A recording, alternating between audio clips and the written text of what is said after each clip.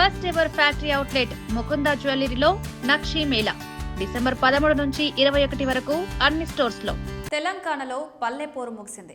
రాష్ట్ర వ్యాప్తంగా 3 విడతల్లో నిర్వహించిన గ్రామ పంచాయతీ ఎన్నికల ప్రక్రియకు బుధవారంతో తెరపడింది. శాసనసభ ఎన్నికల ఊపును కొనసాగిస్తూ అధికార కాంగ్రెస్ పార్టీ పల్లెల్లోనూ ఘన విజయాన్ని సాధించి జయకేతనం ఎగురవేసింది.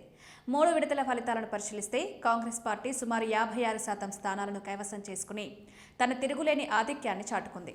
తొలి 2వ దశ ఎన్నికల్లో సత్తా చాటిన హస్తం పార్టీ 3వ విడతలోనూ అదే జోరును ప్రదర్శించింది. 3వ విడతలో 4159 స్థానాలకు గాను 2286 చోట్ల కాంగ్రెస్ మద్దతుదారులు విజయం సాధించారు. ప్రధాన ప్రతిపక్షం బీఆర్ఎస్ 1142 స్థానాలతో సరిపెట్టుకోగా బీజేపీ 242 స్థానాల్లో, సిపిఐ 24, సిపిఎం 7, ఇతరులు 479 స్థానాల్లో గెలిచారు. రాష్ట్రంలోని మొత్తం 31 జిల్లాల్లో ఎన్నికలు జరగగా ఒక్క సిద్దిపేట జిల్లా మినహా మిగిలిన 30 జిల్లాల్లోనూ కాంగ్రెస్ పార్టీ స్పష్టమైన ఆధిక్యాన్ని కనబరిచింది. రాష్ట్ర వ్యాప్తంగా ఉన్న 12,733 పంచాయతీ సర్పంచ్ పదవులకు గాను తుది లెక్కల ప్రకారం కాంగ్రెస్ 7,010 స్థానాల్లో గెలిచి అగ్రస్థానంలో నిలిచింది. బీఆర్ఎస్ మద్దతుదారులు మొత్తం 3,502 స్థానాలు గెలుచుకోగా బీజేపీ 688 స్థానాలు తన ఖాతాలో వేసుకుంది. నల్గొండ, ఖమ్మం, రంగారెడ్డి, నిజామాబాద్, మహబూబ్ నగర్ వంటి కీలక జిల్లాల్లో కాంగ్రెస్ క్లీన్ స్వీప్ దిశగా దూసుకువెళ్తుంది.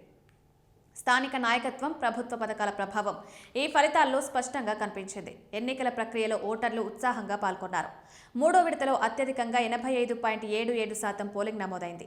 3 విడతలు కలిపి రాష్ట్ర సగటు పోలింగ్ 85.3%గా నమోదైంది. జిల్లాల వారీగా చూస్తే యాదాద్రి భువనగిరి జిల్లా 92.56%తో రాష్ట్రంలోని ప్రథమ స్థానంలో నిలవగా నిజామాబాద్ 76.45 స్థానంతో అత్యల్ప పోలింగ్ నమోదైంది. మహిళా ఓటర్లు ఈ ఎన్నికల్లో కీలక పాత్ర పోషించారు. 3వ విడతల ఓటు వేసిన 43.37 లక్షల మందిలో మహిళా సంఖ్య 22.15 లక్షలుగా ఉంది.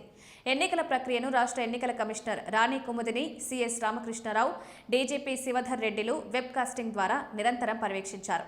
కొన్ని చెదురుమదురు సంఘటనలు మినహా రాష్ట్ర వ్యాప్తంగా ఎన్నికలు ప్రశాంతంగా జరిగాయి. నూతనంగా ఎన్నికైన సర్పంచ్లు, వార్డు సభ్యుల ప్రమాణ స్వీకార కార్యక్రమాన్ని ప్రభుత్వం తొలుత ఈ నెల 20న నిర్వహించాలని భావించినప్పటికీ ముహూర్తాల కారణంతో దానిని ఈ నెల 22వ తేదీకి వాయిదా వేస్తూ ఉత్తర్వులు జారీ చేసింది. గత నెల 25న ప్రారంభమైన ఈ సుదీర్ఘ ప్రజాస్వామ్య ప్రక్రియ విజయవంతంగా ముగియడంతో పల్లెల్లో కొత్త పాలన ఆరంభం కానుంది.